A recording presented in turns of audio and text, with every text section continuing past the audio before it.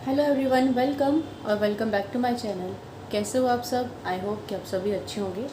हमने स्टार्ट किया हुआ है बीए बीएससी 6 सैम का मैथ्स डायनामिक्स, जिसमें एक्सरसाइज नंबर 1.2 मैं आपको करवा रही हूँ। अब तक जितने भी लेक्चर्स अपलोड हो चुके हैं वो सभी आई थिंक आपने देख लिए हैं। नहीं देखे हैं तो इस लेक्चर को देखने से पहले वो समझना ज़रूरी है, क्योंकि कंसेप्ट समझ में आएगा और पहले वाले क्वेश्चन समझ में आएंगे तभी ये क्वेश्चन आपको समझ में आ पाएंगे। अब तक मैं आपको 1 to 10 क्वेश्चंस करवा चुकी हूँ और बीच में से कुछ क्वेश्चन ऐसे भी होते हैं जो सिमिलर होते हैं, तो बाद वाले क्वेश्चन के भी कुछ क्वेश्चन हो सकता है कि हमने उसमें ही कवर कर लिए हो। अब आज हम करेंगे question number 11th, 12th, 13th, 14th और जो इनसे सिमिलर होंगे, अगर कोई सिमिलर क्वेश्चन आगे होगा तो वो करेंगे, ठीक है? क्योंकि ये क्वेश्चन थोड़े से बड़े हैं तो टाइम ज़्यादा लग जाएगा क्वेश्चन आपको करने में। देखिए 11th क्वेश्चन की स्टेटमेंट पढ़िए, क्या कह रहा है 11th question. If a rod which always passes through the origin with the uniform angular velocity omega, with while one end describe the curve r equals to a plus b e raised to the power theta, show that the radial acceleration at any point of the rod is same at every instant and radial velocity is same at every point of a given instant। ये question important है exam के point of view से और समझने वाला question भी अच्छा question है, ध्यान से समझना। स्टेटमेंट क्या क्या है। एक रोड है जो हमेशा कहाँ से पास होती है, ओरिजिन से पास होती है, और उसकी एंगुलर वेलोसिटी क्या है, ओमेगा, जो कि क्या है, यूनिफॉर्म है। और उस रोड का जो दूसरा एंड है वो एक कर्व को डिस्क्राइब करता है। Show that the radial acceleration eight any point of the road, उस रोड पे किसी भी एट एनी पॉइंट, किसी भी पॉइंट की जो रेडियल एक्सेलरेशन होगी वो सेम होगी at every instant and radial velocity is same at every point of a given instant. देखो यहाँ जो समझने वाली बात है ना, वो दो वर्ड्स की है, एक तो एनी और एक एवरी। इन्होंने कहा कि show that the radial acceleration of any point, मतलब किसी भी पॉइंट पे हो सकती है, और यहाँ पर वर्ड है एवरी। अभी क्वेश्चन करवाऊंगी तो आपको इसका मतलब क्लियर हो जाएगा एनी और एवरी में क्या डिफरेंस है इन क्वेश्चंस में, ठीक है? तो बेसिकली आपने क्या शो करना है, शो करना है कि रेडियल एक्सेलरेशन जो है वो सेम रहेगी एट एवरी इंस्टेंट और रेडियल वेलोसिटी वो सेम रहेगी हर एक पॉइंट पे। अब ये एनी और एवरी का फ़र्क अभी समझाऊंगी। क्वेश्चन समझ में आ गया? सपोज देखो ये आपकी रोड है, इस तरह की कोई रोड है जो कि हमेशा मान ली ओरिजिन है, ओरिजिन से पास कर रही है, लेकिन जो कर्व का जो रोड का दूसरा एंड है ना, वो एक कर्व को रिप्रेजेंट कर रहा है। वो एक कर्व को रिप्रेजेंट करना आपने शो करना है कि इस रोड पे अगर हम कोई पॉइंट ले लें तो उस पर रेडियल एक्सेलरेशन और रेडियल वेलोसिटी के बारे में शो करना है। तो पहले समझो इसका फिगर। और ये रोटेट कर रही है, रोटेट कैसे कर रही है मैं बताती हूँ मैं आपको। सपोज कि ये आपकी रॉड है ए बी,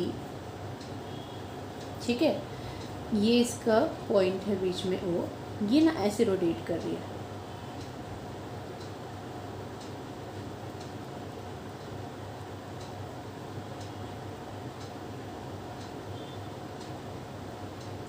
ठीक है, कुछ इस तरह से इसका डायग्राम आप बना लेना साफ साफ। जैसे कि अगर ये रोड है आपकी तो ये ऐसे रोटेट कर रही है, ठीक है? समझ में आ गया? कुछ इस तरह से सिचुएशन है।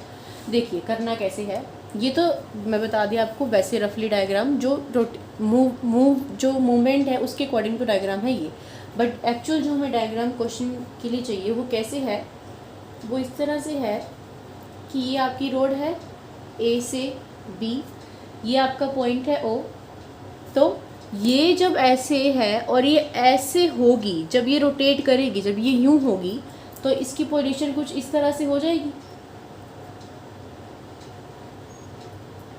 इस तरह से हो जाएगी। ये आपका एंगल है थीटा। उसने क्या कहा कि रोड के किसी भी पॉइंट पर, मान लो मैंने पॉइंट ले लिया पी, ठीक है? पी पॉइंट्स की कोऑर्डिनेट हमने मान लिए क्या है, आर और थीटा, ठीक है? अब देखो इस क्वेश्चन को सॉल्व करने के लिए ना, ये जो लेंथ है पी से लेके बी तक की, ये हमें कुछ माननी पड़ेगी। तो हम अपनी कन्वीनियंस के लिए इस लेंथ को मान लेते हैं कि क्या है, सी है।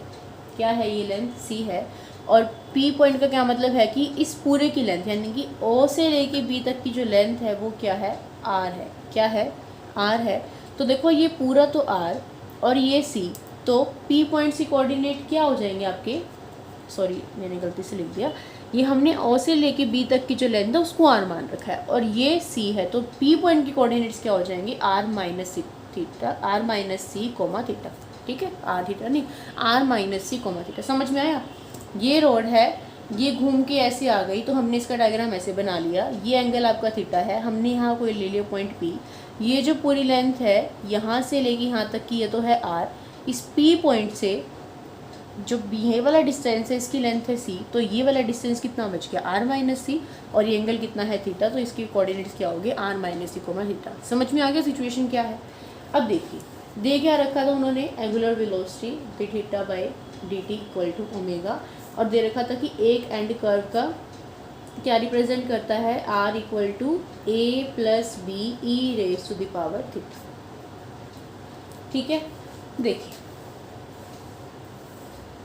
थोड़ा सा लिख सकते हो आप, यहाँ पे लिख सकते हो कि one end of the rod describe the curve R equal to A plus B raise to the power theta. Let any time T, किसी भी टाइम टी पे आर और थीटा क्या है, कोऑर्डिनेट्स हैं बी पॉइंट के। पी पॉइंट हमने मान लिया किस पे, रॉड पे, सच दैट कि पी बी का डिस्टेंस कितना है, सी है। तो पी पॉइंट से कोऑर्डिनेट क्या हो जाएंगे, R minus C comma theta. लिखूँ?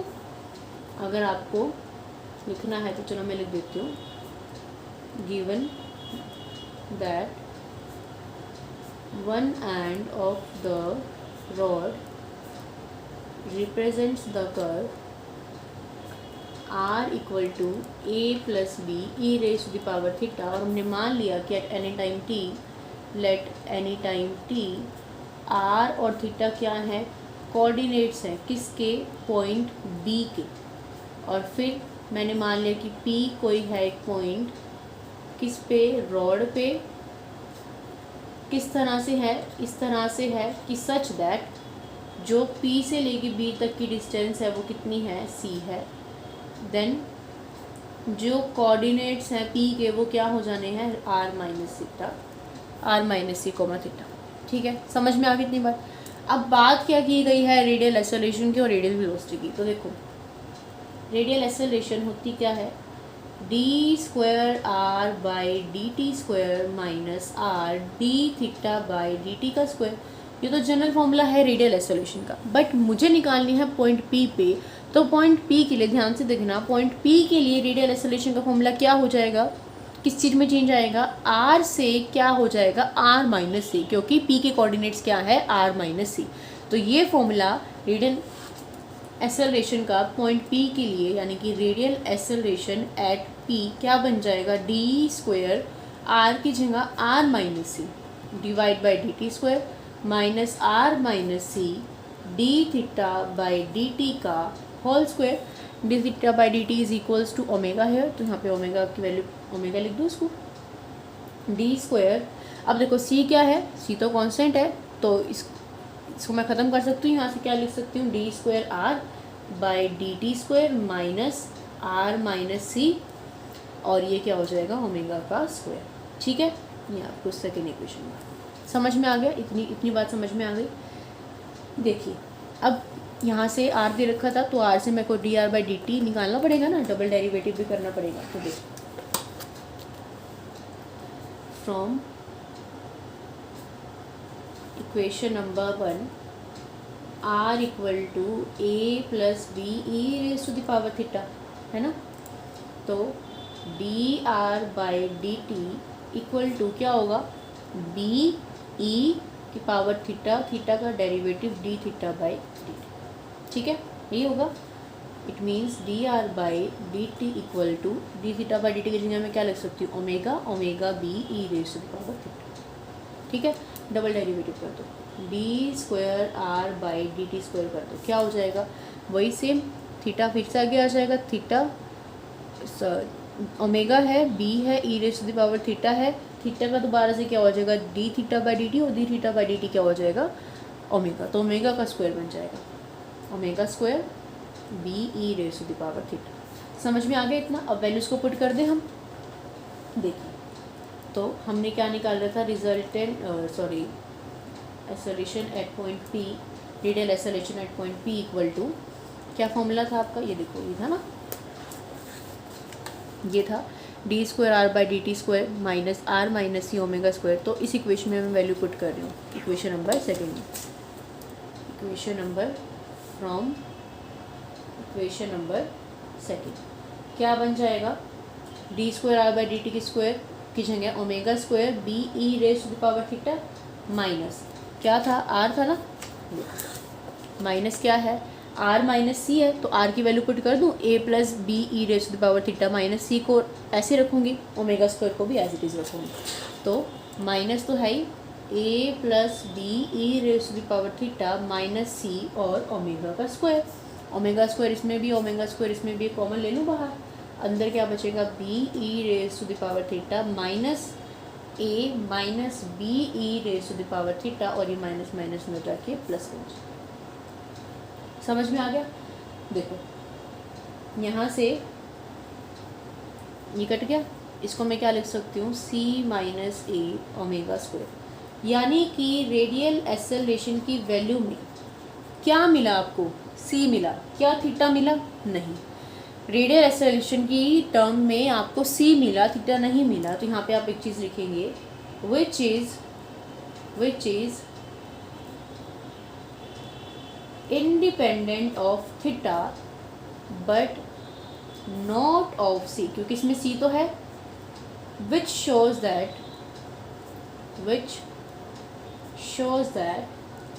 acceleration of any point is the same at every time, or you can say instant। देखिए यहाँ क्या आया, जब रेडियल एक्सेलरेशन को मैंने शो किया, सॉल्व किया, तो यहाँ पर मेरे को मिला सी, थीटा नहीं मिला, तो इस फिगर के अकॉर्डिंग आपको आंसर में सी मिल रहा है, मतलब कि रेडियल एक्सेलरेशन सी पर डिपेंड कर रही है, थीटा पर डिपेंड नहीं कर रही ना। तो अगर मैं इसको मूव करूँगी तो थीटा चेंज होगा ना, अगर यहाँ पे है तो कुछ और थीटा होगा, यहाँ पे है तो कुछ और थीटा होगा, यहाँ पे है तो कुछ और थीटा होगा, बट रेडियल एक्सेलरेशन थीटा पर डिपेंड कर ही नहीं कर रही। तो इससे हम क्या कह सकते हैं कि किसी भी पॉइंट पर रेडियल एक्सेलरेशन क्या रहने वाली है, सेम रहने वाली है। तो जो वो लाइन लिख रखी थी ना, देखो क्वेश्चन नंबर 11 में क्या लिख रखा था, show that the radial acceleration of any point of the rod is same. तो इस एनी पॉइंट का मतलब ये नहीं है, इस एनी पॉइंट का मतलब ये है कि रोड पे आप कोई भी पॉइंट ले लो, उस पर रेडियल एक्सेलरेशन क्या रहने वाली है, सेम। तो ये चीज़ मुझे कैसे पता चली, जब मैंने रेडियल एक्सेलरेशन की वैल्यू निकाली तो वो इंडिपेंडेंट ऑफ थीटा थी। तो थीटा पे जब वो डिपेंड ही नहीं कर रही, वो किस पे डिपेंड कर रही है, सी पे। तो ये क्या शो करता है कि रेडियल एक्सेलरेशन हर एक पॉइंट पर क्या आने वाली है, सी। अब रेडियल वेलोसिटी में वो क्या कह रहा है, देखो, and radial velocity is same at every point. वहाँ था कि कोई भी पॉइंट ले लो रेडियल एक्सेलरेशन सेम रहेगी, बट यहाँ क्या है कि रेडियल वेलोसिटी सेम रहेगी हर एक पॉइंट पर। वहाँ कुछ और था, यहाँ कुछ और है। अभी देखो ये करके दिखाती हूँ तो फिर समझ में आएगा। देखिए ये इतना हो गया, एक पार्ट हमने कर लिया। अब आती है बात रेडियल वेलोसिटी की। रेडियल वेलोसिटी, तो रेडियल वेलोसिटी क्या होती है, D R by D T होती है। ये देखो D R by D T की वैल्यू निकाल रखी है मैंने, क्या है, omega B E raise to the power theta. ये तो रेडियल वेलोसिटी की वैल्यू होती है, बट मुझे निकालनी है radial velocity at point P. तो पी के लिए क्या हो जाएगी, D of R minus C by D T. फिर से सी कांस्टेंट है तो ये D R by D T ही रहेगी, तो इसकी value omega B E raise to the power theta ही रहेगी। तो रेडियल वेलोसिटी में क्या आया, थीटा आया, क्या सी आया, नहीं। तो यहाँ पे आप क्या लिखोगे, which is independent of C but not of theta, which shows radial velocity is same at every point at a given instant। देखो यहाँ था कि किसी भी पॉइंट पर एक्सेलरेशन सेम रहने वाली है हर टाइम, कोई भी टाइम हो। यहाँ क्या चीज़ है कि ये थीटा पर डिपेंड कर रही है, बट ये सी पर डिपेंड नहीं कर रही। तो ये क्या शो कर रही है कि रेडियल वेलोसिटी सेम रहने वाली है हर एक पॉइंट पर एट ए गिवन टाइम, जो भी आपको टाइम गिवन होगा। ठीक है, मतलब देखो बात करें सी की, तो सी क्या है, ये वाला डिस्टेंस है। तो वेलोसिटी जो है वो आपकी इस पर डिपेंड कर रही है, तो मतलब यहाँ ले लो, यहाँ ले लो, यहाँ ले लो, तो वो हर पॉइंट पर सेम रहेगी। ठीक है, ये था इस क्वेश्चन में समझने वाली चीज़, बस यही था इस क्वेश्चन में, आपको ये शो करना था, कर दिया। आया क्वेश्चन समझ? क्वेश्चन में कुछ भी नहीं था, बस ये जो चीज़ है ये आपको समझ में आनी चाहिए अच्छे से। ये था आपका क्वेश्चन नंबर 11। अब उसके बाद मैं आपको करवाऊंगी क्वेश्चन नंबर 13 और 14। वो इसीलिए क्योंकि 12th के साथ एक और क्वेश्चन सेम है, जो दोनों एक साथ करने ज़रूरी है, इसी वजह से अब हम करेंगे क्वेश्चन नंबर 13। देखो क्वेश्चन नंबर 13 की statement, one end of a rod describes a plane curve. मिलता जुलता क्वेश्चन है इसलिए साथ साथ करवा रहे हो। One end of a rod describes a plane curve, एक जो एंड है रोड का वो प्लेन कर्व को डिस्क्राइब कर रहा है। And the rod always passes through a fix point in the plane of curve, यानी कोई बात है कि ओरिजिन से वो रोड पास कर रही है और उसका एक जो रोड है उसका जो हिस्सा है वो प्लेन कर्व को रिप्रेजेंट कर रहा है। यहाँ क्वेश्चन नंबर 11 में आपको कर्व की इक्वेशन दे रखी थी, बट यहाँ नहीं दे रखी है, लिख रखा है कि प्लेन कर्व है। ठीक है, if the angular velocity of the rod is constant, वही बात है, D theta by D T, omega constant दे रखा है। Show that the transverse acceleration of every point of the rod is same at the same instant. Show करना है कि transverse acceleration हर पॉइंट पर रॉड की सेम रहने वाली है। और what curve must the end describe to make this acceleration the same at every point. और ये कह रहा है कि जो रॉड का एंड है वो कौन से कर्व को डिस्क्राइब करे कि जिससे उसकी एक्सेलरेशन जो है वो हर किसी पॉइंट पर सेम आ जाए। ठीक है, समझ में आ गया क्वेश्चन? क्वेश्चन की स्टेटमेंट आसान है, डायग्राम बना लेते हैं। देखो रॉड की बात हुई है तो ए बी रॉड है, ये पॉइंट ओ है, ये ए बी ऐसे हो गया। अब ये ए, ये बी, ये पॉइंट पी है, इसकी लेंथ हमने सी ले रखी, सेम है सब कुछ। ये एंगल थीटा है, पी के कोऑर्डिनेट्स आर माइनस सी और थीटा, ये मैंने आपको बताया था ना क्यों होंगे, तो मैं इसमें रिपीट नहीं कर रही, वही सेम क्वेश्चन है। बी के कोऑर्डिनेट्स आर और थीटा। ठीक है, क्वेश्चन समझ में आ गया? क्या कह रहा है क्वेश्चन? शो करो कि हर एक पॉइंट पर ट्रांसवर्स एक्सेलरेशन सेम होगी और जो रॉड है, रॉड का जो एक एंड है वो कौन से कर्व को डिस्क्राइब करे कि जिससे एक्सेलरेशन जो है वो हर किसी पॉइंट पर सेम हो जाए। एक्सेलरेशन का मतलब ट्रांसवर्स का स्क्वायर प्लस रेडियल का स्क्वायर। ठीक है, तो दे क्या रखा है? दे रखा है कि D theta by D T जो है वो ओमेगा है और कांस्टेंट है, और हमें कुछ भी नहीं दे रखा। क्या कह रखा है? कर्व कह रखा है ना, कर्व एक प्लेन कर्व है, तो प्लेन कर्व की इक्वेशन हम मान लेते हैं। क्या मान लेते हैं कि लेट जो एंड बी है of rod A B rod का जो एंड बी है वो क्या कर रहा है? डिस्क्राइब कर रहा है प्लेन कर्व को, डिस्क्राइब्स अ प्लेन कर्व, जिसकी इक्वेशन हम मान लेते हैं कि क्या है? R equal to F theta. ठीक है, उसके बाद वही सेम है, लिख लेना जो मैंने पिछले वाले लिखवाया था ना, पिछले क्वेश्चन में लिखवा दी, इसलिए इसमें नहीं लिखवा रही कि R theta with the coordinates of B P B at any point such that distance of P B is equals to C, so coordinates of P will be R minus C और theta, ये सब आप लिख लेना। अब बात यहाँ पे इसने किसकी करी है? ट्रांसवर्स एक्सेलरेशन की। तो ट्रांसवर्स एक्सेलरेशन क्या होगी? 1/r D by D T of R square D theta by D T, यही होगी। बट वही सेम बात, हमें तो किस पर चाहिए? हमें तो पी पर चाहिए, तो हम यहाँ पे क्या लिखेंगे? Transverse acceleration at point P क्या होगी? 1/r minus C D by D T of R minus C का square D theta by D T. ठीक है, देखिए आर क्या दिया हुआ है? एफ थीटा दिया हुआ है। यहाँ से अगर मैं D R by D T निकालूँ तो वो क्या हो जाएगा? एफ डैश थीटा और थीटा का D theta by D T, और D theta by D T कितना दे रखा है? ओमेगा, तो ये क्या आ जाएगा? ओमेगा। ठीक है, यहाँ पुट कर देती हूँ मैं वैल्यूज़ को, 1/r minus C D by D T of R minus C का square D theta by D T को पुट कर दिया मैंने ओमेगा। इसका डेरिवेटिव करना है ना, तो इसका डेरिवेटिव कर दो। क्या होगा इसका डेरिवेटिव? 2 आगे आ जाएगा, आर माइनस सी हो जाएगा, आर का D R by D T हो जाएगा और ओमेगा, ये तो कट गया। D R by D T की वैल्यू यहाँ से पुट कर दो, क्या है? F dash theta omega, omega already है तो ओमेगा का स्क्वायर। तो ट्रांसवर्स एक्सेलरेशन किसके इक्वल आ गई? 2 एफ डैश थीटा ओमेगा का स्क्वायर। तो ये से इंडिपेंडेंट है, सी से इंडिपेंडेंट है और किस पे डिपेंड कर रही है, थीटा पे डिपेंड कर रही है, which is independent of C and dependent of theta. तो ये क्या शो कर रहा है, विच शोज कि ट्रांसवर्स एक्सेलरेशन जो है वो सेम रहेगी हर पॉइंट पर, लेकिन एक गिवन टाइम में, क्योंकि एक गिवन टाइम के बाद जो आप टाइम चेंज करोगे तो ये चेंज हो जाएगा, ये चेंज होगा तो थीटा चेंज होगा, अगर थीटा चेंज होगा तो सब कुछ चेंज हो जाएगा थीटा पे, तो ये डिपेंड कर रही है ना। तो इसीलिए हमने लिखा है कि ट्रांसवर्स एक्सेलरेशन जो है वो सेम रहेगी, मतलब एक ही रहेगी एट एवरी पॉइंट, टाइम नहीं पॉइंट, एट एवरी पॉइंट, हर किसी पॉइंट पर सेम रहने वाली है, लेकिन एक गिवन टाइम।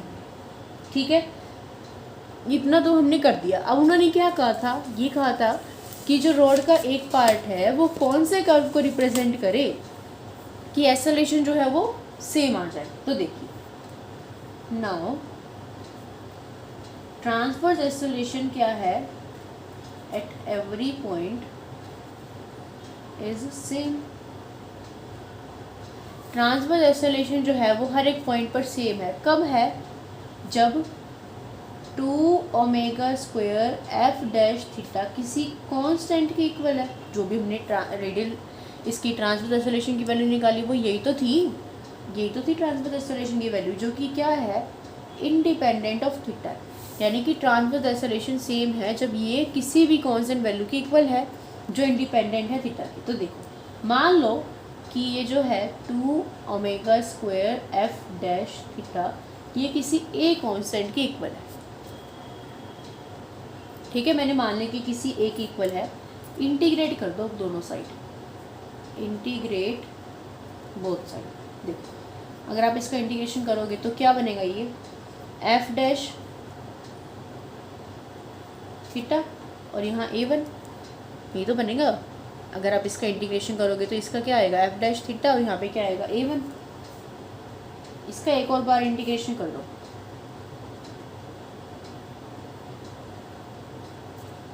तो एफ डैश थीटा से इंटीग्रेशन करोगे तो एफ थीटा में कन्वर्ट हो जाएगा, A1 का थीटा के रिस्पेक्ट में A1 थीटा और एक और कॉन्स्टेंट आ जाएगा B1, है ना। एफ थीटा क्या था, शुरू में मान रखा था R equal to F theta, यानी कि एफ थीटा क्या था, R था, R equal to A1 theta plus B1। तो जो कर्व आएगा ना, कर्व जो which is the required curve of one end of the rod. देखो, उन्होंने क्या कहा था कि एक्सेलरेशन क्या हो जाए, सेम हो जाए हर एक पॉइंट पर। ठीक है, तो इसी वजह से हमने क्या किया, हमने कहा कि क्योंकि ट्रांसवर्स एक्सेलरेशन सेम है तो हमने मान लिया वो किसी कांस्टेंट की इक्वल है। यहाँ से हमने इंटीग्रेशन करा तो यहाँ से मेरे को क्या मिल गई, कर्व की वैल्यू मिल गई। अगर वो रॉड इस कर्व को रिप्रेजेंट करेगी तो एक्सेलरेशन की जो वैल्यू है वो हर किसी पॉइंट पर क्या आएगी, सेम है। क्वेश्चन समझ में आ गया, ये था आपका क्वेश्चन नंबर 13।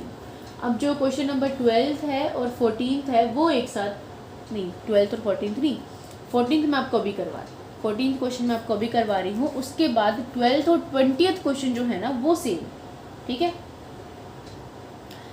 14 क्वेश्चन करवा देती हूँ, उसके बाद 12 और 20 क्वेश्चन इस वीडियो में नहीं हो पाएंगे क्योंकि 12th क्वेश्चन ना बहुत समझने वाला क्वेश्चन है, इसको समझाने में बहुत टाइम लग जाएगा और इसके बेस पे फिर 20 करवाना है तो वीडियो बहुत लंबा हो जाएगा, फिर आपको देखने में मुश्किल होगी। तो अभी 14 क्वेश्चन करवा देती हूँ इस वीडियो में। ठीक है, आप अपनी बुक में ना टिक करते रहना जो भी क्वेश्चन हो जाते हैं ताकि आपको कोई कन्फ्यूजन ना हो। ओके, देखो आसान है क्वेश्चन। तो show that the path of a point P which possesses two constant velocities u and v, the first of which is in a fixed direction and other is perpendicular to the radius OP drawn from a fixed point O, is a conic whose focus is O and whose eccentricity is u by v। ये कह रहे हैं कि show करो कि जो path है एक पॉइंट P का जो दो वेलोसिटी को पोजेस करता है, एक वेलोसिटी है u, एक है v। जो फर्स्ट वन है वो तो फिक्स डायरेक्शन में है और जो दूसरी है वो रेडियस OP के परपेंडिकुलर है जो कि O से ड्रॉन होगा। तो शो करना है कि जो पाथ है ये कॉनिक है। देखो यहाँ से इस बात का मतलब निकल रहा है, show that the path of a point P is a conic. ये बाकी आपको बता रखा है क्या है, ये कॉनिक है जिसका फोकस है O और इसेंट्रिसिटी है U/V। पहले डायग्राम समझाती हूँ। देख ऐसे है कुछ, ये तो है O पॉइंट, ये है एक्सिस, और एक जो देखिए क्या है वेलोसिटी, वो तो क्या है अलोंग है। तो ये तो होगी रेडियस के अलोंग, रेडियस वेक्टर की ये तो होगी अलोंग। एक इन्होंने कहा है परपेंडिकुलर है। अब देखो परपेंडिकुलर का मतलब क्या है, ऐसे भी और ऐसे भी, कैसे भी हो सकता है, आपकी मर्जी है, आप इसको ऐसे भी ले सकते हो और ऐसे भी ले सकते हो। मैं दोनों केस बता दूंगी कि डिफरेंस क्या आएगा। अगर आप इसको ऐसे लेके करते हो, ये आपने मानना है 90 डिग्री, और ये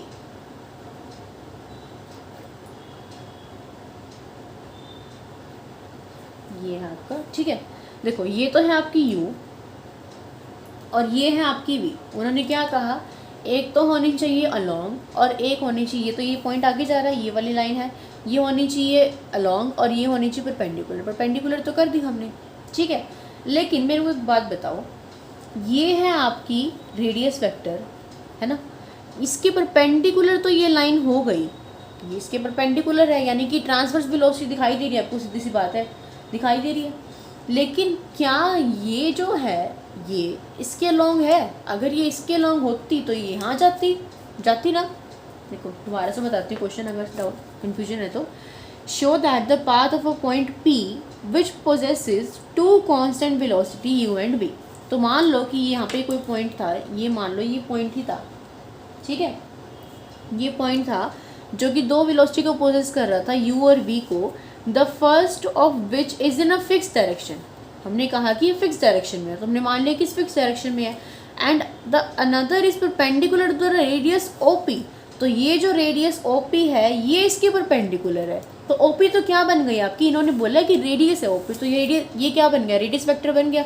तो ये तो रेडियस वेक्टर के परपेंडिकुलर हो गया, बट क्या ये रेडियस वेक्टर के अलोंग है? नहीं, ये रेडियस वेक्टर के अलोंग नहीं है। तो हम बिना अलोंग करें तो कंपोनेंट नहीं निकाल पाएंगे। तो इसको अलोंग करने के लिए क्या करूँ, मैं इसको रिजॉल्व कर सकती हूँ ना। तो मैंने इस U को दो पार्ट में रिजॉल्व कर दिया। कैसे रिजॉल्व करा, ये जो है ये क्या हो जाएगा इसके साथ, U cos थीटा, रिजॉल्व करना तो आपको आता है ना, U cos थीटा, और इधर इस साइड 90 वाला यहाँ पे क्या हो जाएगा, U sin थीटा। U को मैंने दो पार्ट में रिजॉल्व कर दिया, ये cos और ये 90, ये ऐसे है U। आप इसको ऐसे देख सकते हो, U है, ये हमने इसको दो पार्ट में रिजॉल्व कर दिया।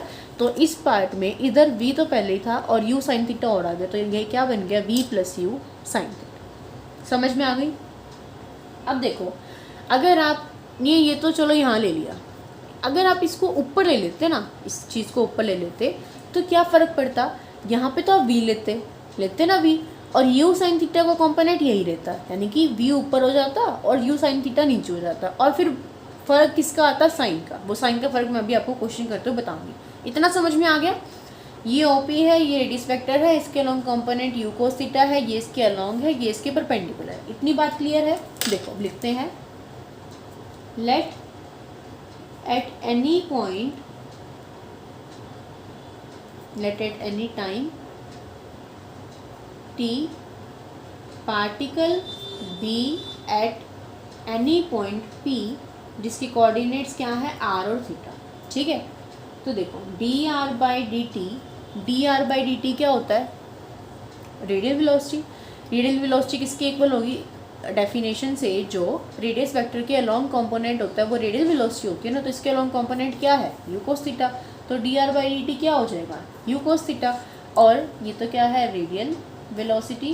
ट्रांसवर्स वेलोसिटी क्या होती है, r d θ/dt, जो इस डायग्राम के अकॉर्डिंग किसकी इक्वल हो जाएगा, V + U sin थीटा। अब आपने देखने हैं साइन, साइन कैसे देखने हैं। देखो जो रेडियल वेलोसिटी की डेफिनेशन क्या थी, रेडियल वेलोसिटी अगर इंक्रीज़ करती है कब, जब r इंक्रीज़ करता है। r मतलब कि ये, तो इस डायरेक्शन में अगर हम और आगे जाएंगे तो r तो इंक्रीज़ करेगा, यानी कि इंक्रीजिंग डायरेक्शन में जा रही है ना ये, तो U cos थीटा तो पॉजिटिव रहेगा। और ट्रांसवर्स वेलोसिटी की डेफिनेशन के अकॉर्डिंग क्या होता था, अगर थीटा इंक्रीज़ करेगा तो ये इंक्रीज़ करेंगे और थीटा डिक्रीज़ करेगा तो ये डिक्रीज़ करेगी। देखना ज़रा ध्यान से, ये ऐसे है, ये ऐसे है, अगर आप इसको और इधर लोगे तो और इधर लोगे तो थीटा तो डिक्रीज़ नहीं हो रहा है, थीटा तो डिक्रीज़ हो रहा है ना, तो थीटा मतलब नेगेटिव में नहीं आ रहा है। अगर आप इस चीज़ को, अब मैं बताती हूँ, अगर आप ना इसको ऐसे ले लेते, मान लो अगर आपने इसको ऐसे लिया होता तो v होता यहाँ पर और ये सिर्फ u साइन थीटा होता। तो अब क्या हो रहा है, अब तो थीटा बढ़ नहीं रहा है, अब थीटा बढ़ रहा है। ये जो है, ये जो चीज़ है, ये थीटा है ना, ये देखो, अगर ऐसे कर रहे हो तो थीटा डिक्रीज़ हो रहा है, अगर ऐसे कर रहे हो तो थीटा बढ़ रहा है। अगर आप v को, इस क्वेश्चन को यहाँ मान के करते हो तो इस केस में v तो रहेगा पॉजिटिव और ये u साइन थीटा हो जाएगा नेगेटिव। यानी कि अभी क्या है, अभी तो ये दोनों कंपोनेंट एक ही डायरेक्शन में है और मैं कह रही हूँ कि डिक्रीज़ कर रहा है, तो मेरे को इस पूरे के आगे नेगेटिव लेना पड़ेगा, ये दोनों डिक्रीज़ कर रहे हैं। बट अगर आप v को यहाँ मान कर करते हो तो v तो रहेगा पॉजिटिव और ये u साइन थीटा क्या रहेगा, नेगेटिव रहेगा। मैं समझाना चाहती हूँ, ठीक है, समझ में आ गया। तो हम इसको यही मान के चल रहे हैं, ये ऐसे रहेगा। हमने क्यों लिया नेगेटिव, नेगेटिव बिकॉज थीटा क्या कर रहा है, डिक्रीज कर रहा है। ध्यान रखना, ट्रांसवर्स के केस में थीटा पे डिपेंड करता है और रेडियल के केस में आर पे डिपेंड करता है, ठीक है। अब हमें क्या निकालना है, हमें तो पाथ निकालना है ना, कि पाथ शो करो कॉनिक है, तो उसके लिए क्या करना पड़ेगा, डिवाइड। तो कर दो इसको divide, R D R by D T divide by R D theta by D T equal to U cos theta divide by minus, इस माइनस को यहाँ ले लो, minus V plus U sine theta. तो क्या आ जाएगा, D R by R D theta आ जाएगा। ये देखो, ये था D R by D T by R D theta by D T से डी टी कट गया, क्या बचेगा, D R by R D theta, क्या बचेगा, D R by R D theta, और इधर क्या बचेगा, minus of U cos theta divide by V plus U sine theta, ठीक है, क्लियर है। अब क्या करो, डी आर को एक साथ रख लो, D R by R equal to minus of U cos theta divide by V plus U sine theta और डी थीटा। अब क्या करो, इसको इंटीग्रेट कर दो दोनों साइड, इंटीग्रेट बोथ साइड। तो क्या मिलेगा इंटीग्रेट करके, इधर तो लॉग आर मिल जाएगा, इधर माइनस ऑफ लॉग, देखो ऊपर वाले नीचे वाले का ऊपर वो, अगर आपने इसको मान लो टी मान लिया, इसको मान लो टी, इसका डेरिवेटिव करो तो ऊपर इसका डेरिवेटिव प्रेजेंट नहीं है, माइनस यू कोस थीटा, नीचे फंक्शन और ऊपर उसका डेरिवेटिव प्रेजेंट होता है, तो हम क्या लिखते हैं, इसका इंटीग्रेशन करते हैं तो माइनस लॉग ऑफ जो नीचे टर्म है वही लिख देते हैं, ये हम 12th में पढ़ के आए हैं, और प्लस में कांस्टेंट आएगा विच इज़ लॉग सी, ठीक है। तो क्या करो, इसको इधर लाने के लिए पॉजिटिव कर लो, यहाँ पे लॉग ऑफ ये v plus U sine theta बन जाएगा और ये log C by log C minus log R हो जाएगा, तो ये log of C by R हो जाएगा, ये log of v plus U sine theta हो जाएगा। लॉग से लॉग कट जाता है बट हम शो नहीं करते, ये लॉग इधर आके एक्सपोनेंशियल बन जाएगा, नहीं सॉरी लॉग से लॉग तो कट ही गया, v plus U sine theta किसके इक्वल आ गया, c बाय आर के इक्वल आ गया ना। तो देखो उन्होंने क्या कहा था, जिसका फोकस क्या है o और जिसकी सेंट्रिसिटी क्या है u बाई वी। अब मैं आपको बता दूं कि जो इक्वेशन होती है, इक्वेशन ऑफ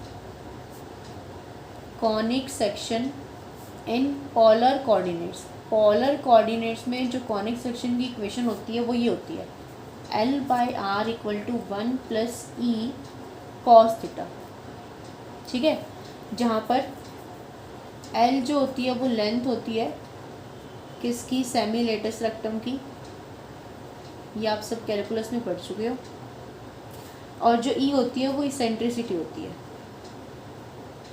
ठीक है। तो इसको इससे कंपेयर करो, ये बन रही है c by R B plus U sine theta, यहाँ पर इसेंट्रिसिटी क्या है u बाई वी, ठीक है। तो यही बस आपने शो करना था, हेंस समझ में आ गया। आज हमने क्वेश्चन करे हैं 11th, 13th and 14th। 12th question is similar to 20th question, इसीलिए मैंने आपको भी वो नहीं करवाया, ठीक है। तो मेनली हम जो क्वेश्चन स्टार्ट करेंगे वो 15 से करेंगे, उसमें एक आपका क्वेश्चन रह जाएगा 12th यहाँ वाले पेज से, ठीक है।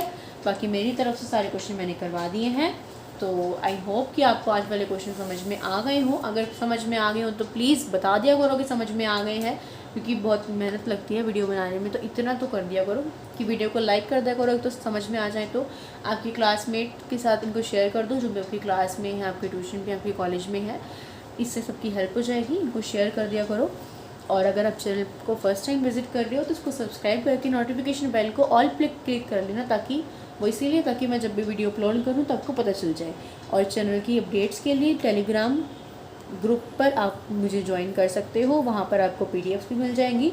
अगर लिंक से ज्वाइन नहीं होता है, लिंक काम नहीं करता है, तो आप टेलीग्राम पर डायरेक्ट सर्च कर सकते हो श्रेया ग्रेजुएशन क्लासेस, वहाँ इस नाम से यही चैनल मिलेगा आपको। डायरेक्ट चैनल की जो आइकन है, चैनल की जो प्रोफाइल पिक्चर है, वही सेम वहाँ पर है, तो वहाँ जाके आप उसको ज्वाइन कर सकते हो। ठीक है, ओके, तो मिलेंगे फिर नेक्स्ट वीडियो में। तब तक के लिए bye bye, take care, keep watching, keep studying.